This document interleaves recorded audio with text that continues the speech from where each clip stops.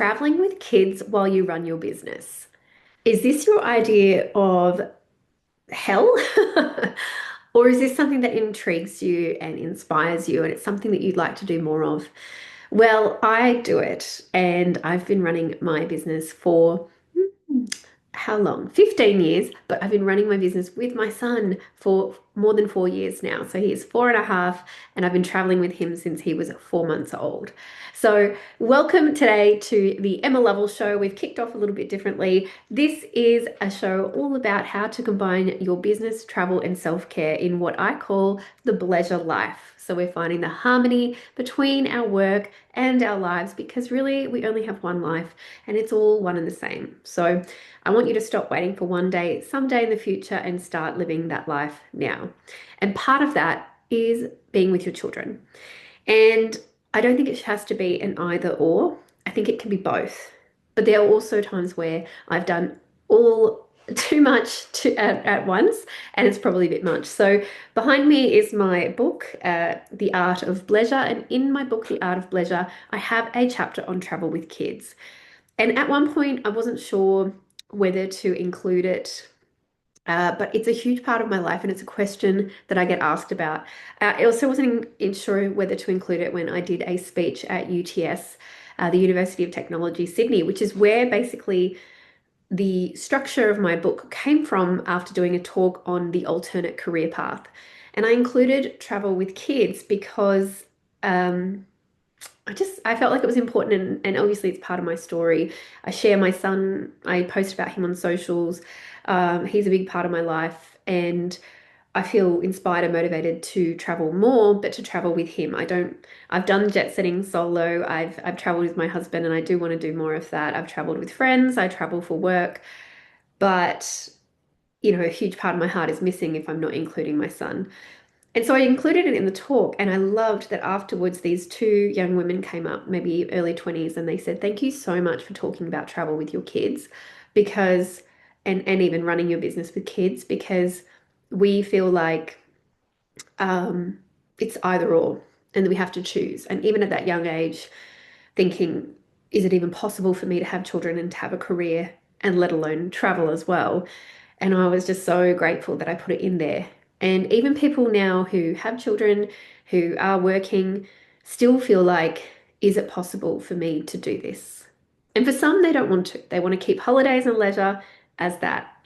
I can understand that. But then a lot of the year is cut out. We've got school holidays. So then you're saying, I don't want to travel in school holidays. It's too expensive. So we've got 13 weeks of the year where you potentially won't travel, or you go, we have to travel only at that time. I'm only allowed 4 weeks of travel because of how I work. If you run a business, that's not the case, but potentially if you want to give yourself 4 weeks off, because that's the usual time. If you're in the US or something, it's 2 weeks off. And so that's the only time of the year that you're going to travel.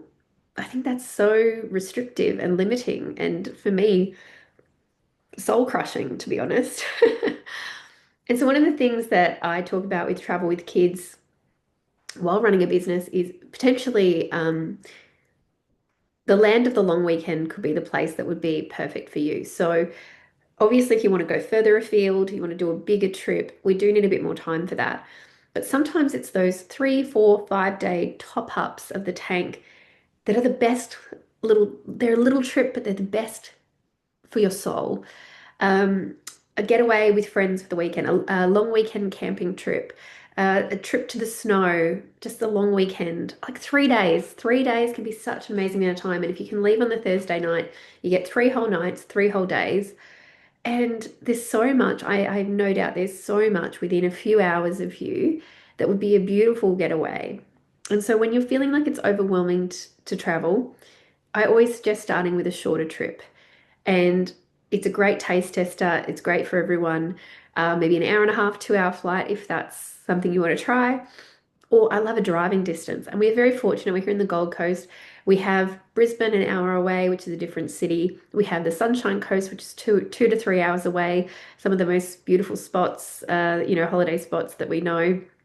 Gold Coast itself, of course, is a tourist destination. So even staying in a different part of the coast, up in the mountains, or staying further down south, it's a bit different to where we are. And then we have the Northern Rivers as well, which is in New South Wales. So Byron Bay is a very famous place and it's an hour and a half away. So we have a lot within our region and we haven't even started going inland. So there's a couple of hours inland is the Granite Belt and there's wine vineyards and sort of the more that country style of stay. So I would really encourage you to think about what's in your immediate area. So that's talking about a getaway or just a long weekend or a break.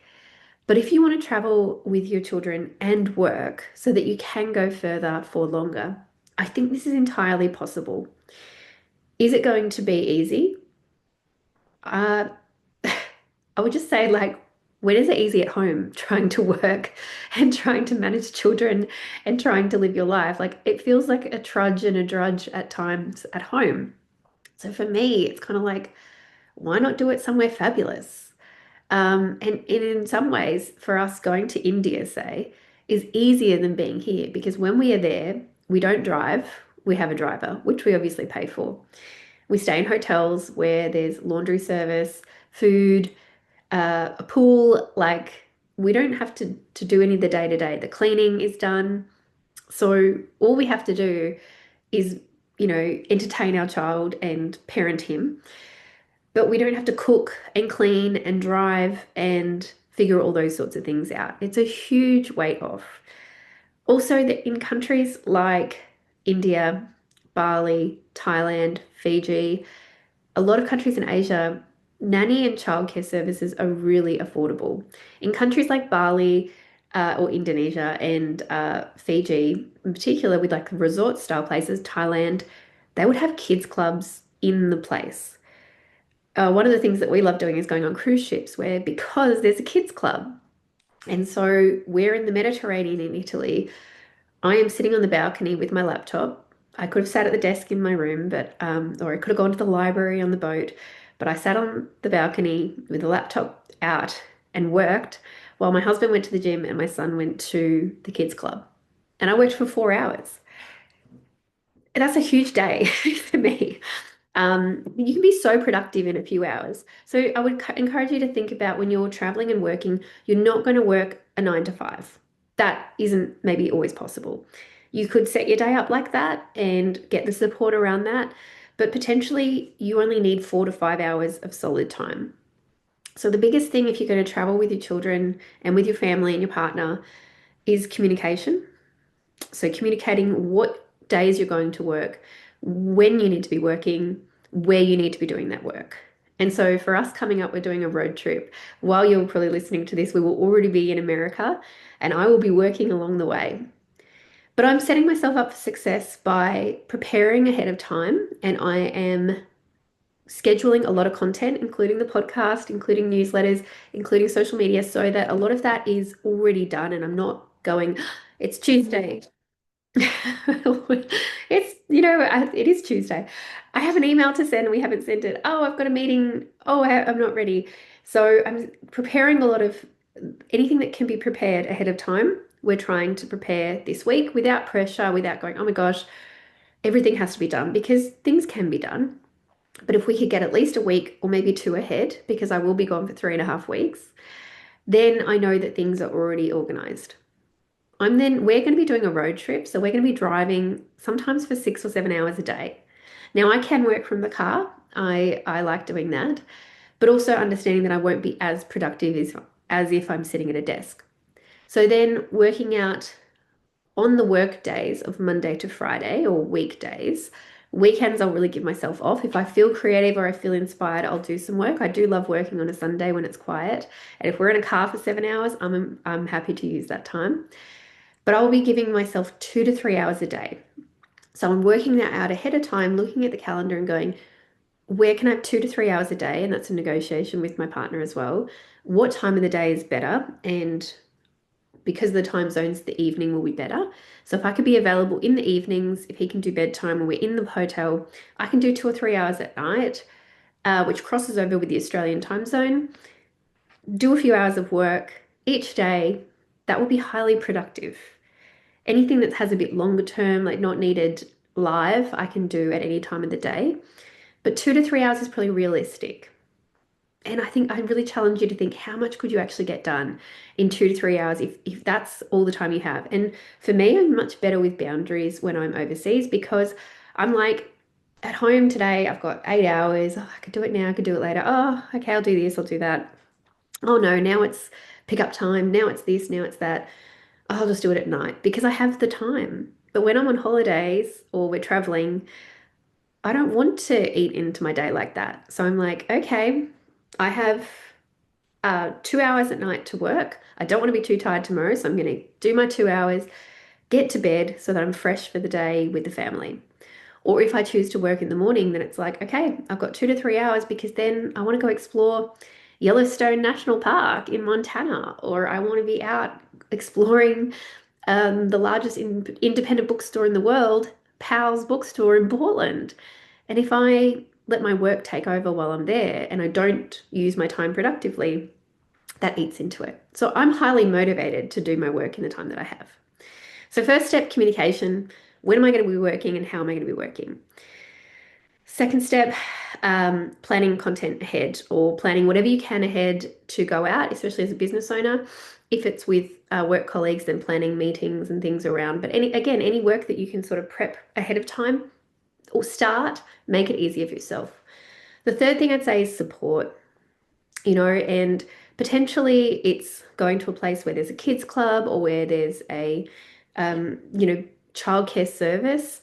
But also, if that's not a possibility for the location that you're going, like we're on the road, it will be for a part of our trip. We're going to stay near my cousin in outside Chicago in a place called Roscoe, Illinois. And there's a gym with a creche.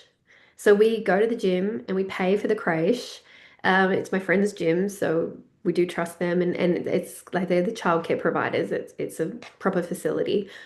He can go there for 2 hours. And so what I do is I do an hour in the gym and then I can do an hour of catching up on my emails. Or I can do an hour at the spa and swimming, But I mean, I actually do like a 30-minute workout. So if he has 2 hours in there, I can have just a bit of me time and he's having a great time. One of the things that I think children miss, and someone said was really important when you're traveling with kids, is to do something just for them. And so, although the gym is for me, he gets to go in a room full of toys with other children and with childcare workers, and it's set up for children. And he was so excited. We did a trip to Europe a few years ago when we got to my aunt's house because although we'd been on playgrounds and we'd been seeing a wonderful toy shops and been in parks and outdoors and waterfalls and all these cool things. He just wanted to play with some toys. And we got to my aunt's house and she's got a granddaughter. And so there were toys there and he was just so happy to see some new toys. So potentially just going somewhere where they get to interact with toys. So if there are any indoor play centers or things like that, we also met up with a friend in the UK and went to one of those indoor play centers. So finding things like that, doing an activity that is specifically for your child, um, giving them that. Someone gave me the tip that they did. They would go to New York on a buying trip as a family, and in the morning, they would go to a toy store with the kids, and they're like, here's $10, buy whatever you want, have fun in the toy store, and then the rest of the day is like sightseeing or we're doing our work stuff. And so then the kids are all happy because they've had their top tank topped up. They've got a toy to play with all day. And I just thought, what a great idea to do the thing for the child in the morning. So go to the playground first, go to the play center first, do the thing for them first, because then they're kind of going to be on side a lot more than if you go, oh, at the end of the day, we'll do the thing that you want to do. But if you can take having a partner there who agrees to have your child while you're working, going to a place where there is dedicated childcare, or taking a grandparent or a friend. That's something I also do with our travels.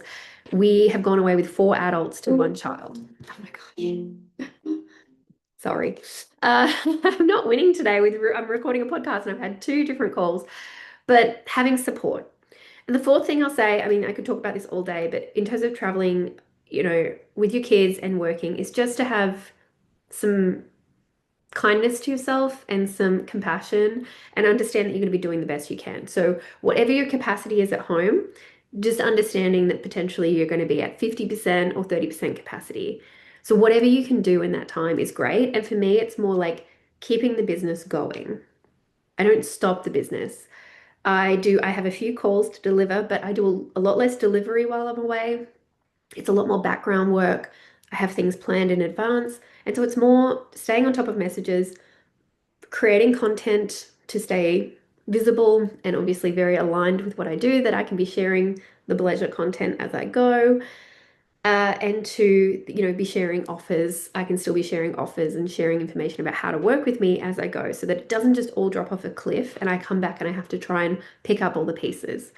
So staying on top of my emails is really important. Getting back to people who are interested in my offers, staying visible on social media, and having our regular communications go out. If that's all we do in that time, that's amazing. So just understanding your capacity is going to be less and that that's okay, but that you can still do it.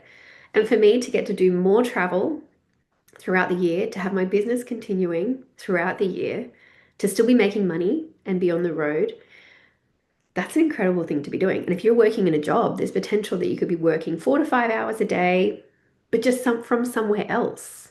And you can still be, you don't have to eat into your annual leave. So I don't know what your setup is, but I just want to give you the permission. So total like hand on heart, I'm never going to say it's easy. There will all be challenges, but I think there's challenges at home. So just changing your mindset around what travel with kids while running a business looks like, but then also giving yourself permission to do it now and not have to wait till one day or someday in the future. So I hope that's been helpful. I'm sure there's plenty more questions about how I do it. I love probably a Q&A would be amazing just because I can just go off on tangents. So I hope those tips have been helpful. Let me know what you would like more of. This is totally what we do in the Pleasure Life Plan too. We have a module on travel, and there are a couple of videos, 2 or 3 videos and sections that speaks specifically to traveling with your family, traveling with children, and making it work. We also have information on traveling while running a business. So all these tips about how I've done it and how to do it. We have a module on income, so how you can generate other income if you wanted to just, get income from other streams while you're still working. All of that and more is in the Pleasure Life Plan. So head to pleasurelife.au/, and I'm just going to check the URL, /pleasure-life-plan, and you can see all the information about that. You can join the course anytime, and then we're going to have live rounds a couple times throughout the year. So you do also get a one-on-one call with me. So if that's something that you're interested in, head there or email me at emma@emmalovell.au and I'll give you the details. Thank you for being here. I love hearing from you, what you want to hear about, what you want to learn more about. And please do come along and follow me, at emmalovell.au on Instagram, and you'll see all about our upcoming USA road trip. And I will be doing a before and after episode so you can hear what we planned and how it went. Thank you so much, and I'll be with you next time.